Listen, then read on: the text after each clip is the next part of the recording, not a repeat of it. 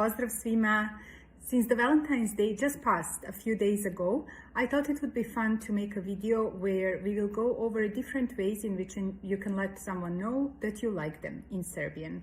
So we will cover how to pay a compliment to a person, how to ask them out, what are the common terms of endearment that we use in Serbian, how you can express your own emotions, and also we will model a dialogue asking someone to go out with you. So without taking more time for the introduction, let's get started right away. So we can let someone know that we like them by giving them a compliment. To give a compliment in Serbian, we can use the verb izgledati, to look. So if we say izgledaš, you look, then after that we would use an adverb. For example, we can say you look nice. In Serbian that would be izgledaš lepo. Lepo is an adverb. Adverbs are a part of speech whose function is to modify verbs. In these examples that we see on this slide, we are using adverbs of manner that typically end in the letter O. So let's see some more examples. Izgledaš sjajno, you look great. Izgledaš odlično, you look excellent. Izgledaš super, you look great or amazing. Notice how the adverb super does not have the ending O. This is because this word is of foreign origin, and as even when we use it as adjective, it keeps the same form and does not change through cases. So for example, we say ona je super devojka, she's a great girl, but we also say video sam super devojku, I saw a great girl. So even in accusative, the adjective super does not get the ending. For example, if we would say I saw a beautiful girl, we would say video sam lepu devojku. So the adjective lep would change through cases, but the adjective super not.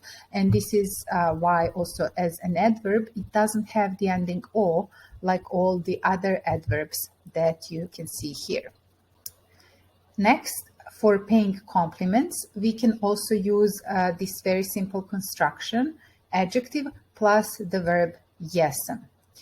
Adjective has to be in the appropriate gender, and the verb has to be in the correct person and number. So we use si, this is the second person singular of the verb jesam, in informal contexts. So we can say zgodan si, you look handsome, for somebody in an informal situation. But in the formal context, we would use the verb ste, which is the second person plural of the verb jesam. So we would say zgodni ste, you are handsome, but this time we would be addressing someone in a more formal situation. That being said, it is not very likely that we would pay these kinds of compliments to somebody in a formal context. This is more for informal situations. So that's why I kept all of the verbs in the second person singular here. So for example, if you see a handsome guy, you would say zgodan si. But if you see a handsome woman, then you would say zgodna si. So again, the adjective has to be adjusted to the gender of the person that we are addressing. Then another compliment is zabavna si, you're funny, you're entertaining. We can say lepa si, you're beautiful. Pametan si, you're smart. And then you can see that in all of these sentences we are omitting the subject. You can of course use the subject and say ti si zgodan, ti si zabavna, ti si lepa. But in conversational Serbian, it's more natural to omit the subject because it's already implied in the verb itself. So it's more frequently you would hear people just saying lepa si or pametan si instead of saying the sentence with the subject. It is also very common to use the word baš, which you can see in the examples here, to emphasize the compliment. If you use baš at the beginning of the sentence, then the adjective and the verb jesam would be reversed in order. So we would say baš si zgodan, you are really handsome. Baš si zabavna, you are really entertaining. Baš si lepa, you are really beautiful. Baš si pametan, you are really smart. So baš is translated here as really and is used for emphasis. We have an entire blog post on our website covering this word and many usages of this word. So I'm going to link that blog post down below, and you can take a look and read more about different meanings of the word baš. Remember how we use the word baš to emphasize the meaning of the adjective? So another way to emphasize what we want to say with an adjective is to add the prefix pre to it. So for example, you can say preslatka, very cute. Prelepa, very pretty. Prepametna, very smart. So if you want to say to someone, you're so cute, you would say preslatka si. Or if it's a male, you would say presladak si. For example, you're super smart, prepametna si. Or if you're speaking to a guy, prepametan si.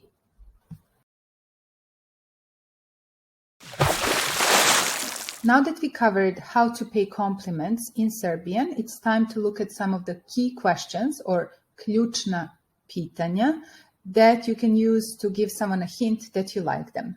So the first question that we have here, da li imaš dečka ili devojku? Do you have a boyfriend or a girlfriend? Is also possible to ask by getting rid of that da li and simply asking imaš dečka, imaš devojku. This is more conversational and very often in yes-no questions. In everyday conversations, people get rid of that da li at the beginning of the question. Next question, šta piješ? What are you drinking? Very often in Serbia, a guy would buy a drink for a girl or vice versa.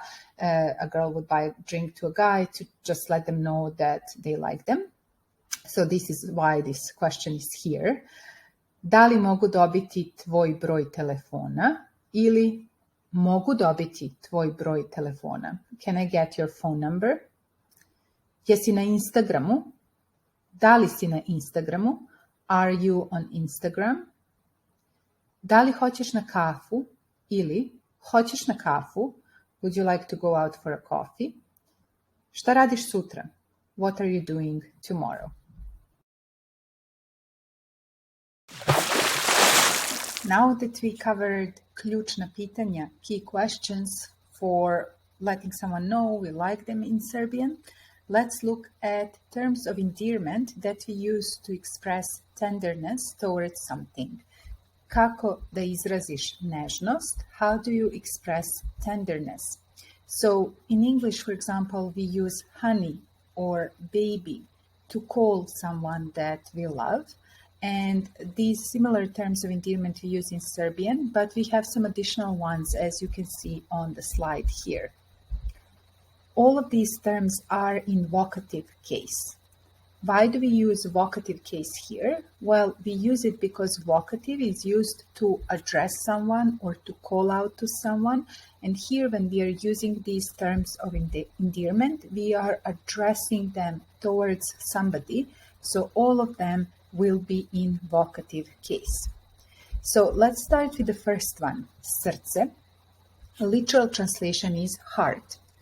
Srce is a neuter noun, and the neuter nouns have the same ending in nominative and vocative singular. So srce in nominative would also be srce in vocative. So in a sentence, it can sound like this. Srce, hoćeš kafu? Honey, would you like coffee? So we would translate it as honey, but literally it means heart. Zlato is gold, and it's also a neuter noun, and also it would have the same ending in nominative and vocative. So in vocative, for example, we would say Zlato, baš si lepa danas. Honey, you look beautiful today. Sreća is happiness, but in vocative it has the ending o, so feminine nouns in vocative singular have the ending o. Srećom, hoćeš večeru. Honey, would you like dinner? Again, we would translate it as honey, but literal meaning of the word sreća is happiness. Sunce is sun, and it's a neuter noun. Again, it has the same ending in nominative and in vocative. Sunce, izgledaš super danas. Honey, you look great today. Beba is a baby, and we use it same as in English. Bebo, baš si divna danas. Baby, you are wonderful today. Duša is soul. We can say dušo, izgledaš odlično danas. Honey, you look great today. Duša is a feminine noun, and then in vocative it has the ending o. The word ljubav, love, is feminine, but it ends in a consonant, and so it has a little bit different declension than typical feminine nouns, and in vocative it gets an e as the ending. So we would say ljubavi, imaš divne oči. Honey, you have beautiful eyes. So notice how, for example, for other feminine nouns here, we would have the ending o. But in this case, because this is a feminine noun ending in a consonant, the ending would be e. Kako da izraziš osjećanja? How to express feelings. So when you want to let another person know how you feel, you can use some of the examples that we listed here. So you can say sviđaš mi se, I like you. Volim te, this is stronger than sviđaš mi se, I love you. Obožavam te, this is stronger than volim te, and it means I adore you. Zaljubio sam se u tebe, this is a guy speaking, so this is in masculine gender, or we can say zaljubila sam se u tebe, I fell in love with you. This is in past tense, so that's why we have to adjust the main verb endings according to the gender of the person speaking. Lud sam za tobom, I'm crazy about you, or luda sam za tobom if that's a woman speaking. And the last one, ne mogu da živim bez tebe, I cannot live without you. Now we can model one dialogue of two people talking and trying to set up a date. Date in Serbian is izlazak or sastanak. You can use both. Izlazak is more to suggest going out, and sastanak is more to suggest like a meeting, a date. So let's see how they're planning to go out. Planiranje izlaska. Šta radiš večeras? Ništa posebno. A ti? Hoćemo negde na piće? Može, gde god ti kažeš. Restoran Tvrđava. Ima super pogled na grad. Sjajno, vidimo se. Jedva čekam da te vidim. Mislim da sam se zaljubio u tebe. Divan si. I ja jedva čekam da vidim tebe. Hvala što ste slušali. Nadam se da vam je bilo korisno. Under the video, I'm going to leave the link to that blog post where we cover in detail many different ways in which the word baš is used in Serbian. I'll also leave the links to our Instagram and Facebook page where 3 times a week we post content that is really useful for anyone who wants to learn Serbian. I'll also leave 2 more links for our online self-study courses. We currently have courses for beginner and pre-intermediate learners, and we are creating one for intermediate level learners as well. The way it works is once you sign up for a course, you get access to our online platform where you can watch the recorded lessons in Serbian language, which are structured to take you from zero knowledge to confident A1 level, or from A1 level to the completion of A2 pre-intermediate level. In addition to recorded lessons, each course also contains downloadable material, which is a workbook with lots of exercises. Each exercise has a key, so you can do it on your own and check your knowledge. There's also a glossary covering all of the vocabulary from the course. There are also audio files, which you can use to practice your listening and pronunciation and so on.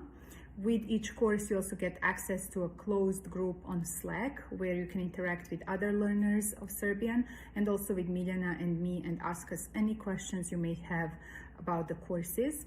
Once you're done going over the material from the course, you get a certificate, and then you can share it with your friends on social media, or just have it as proof of certain level of knowledge of Serbian language.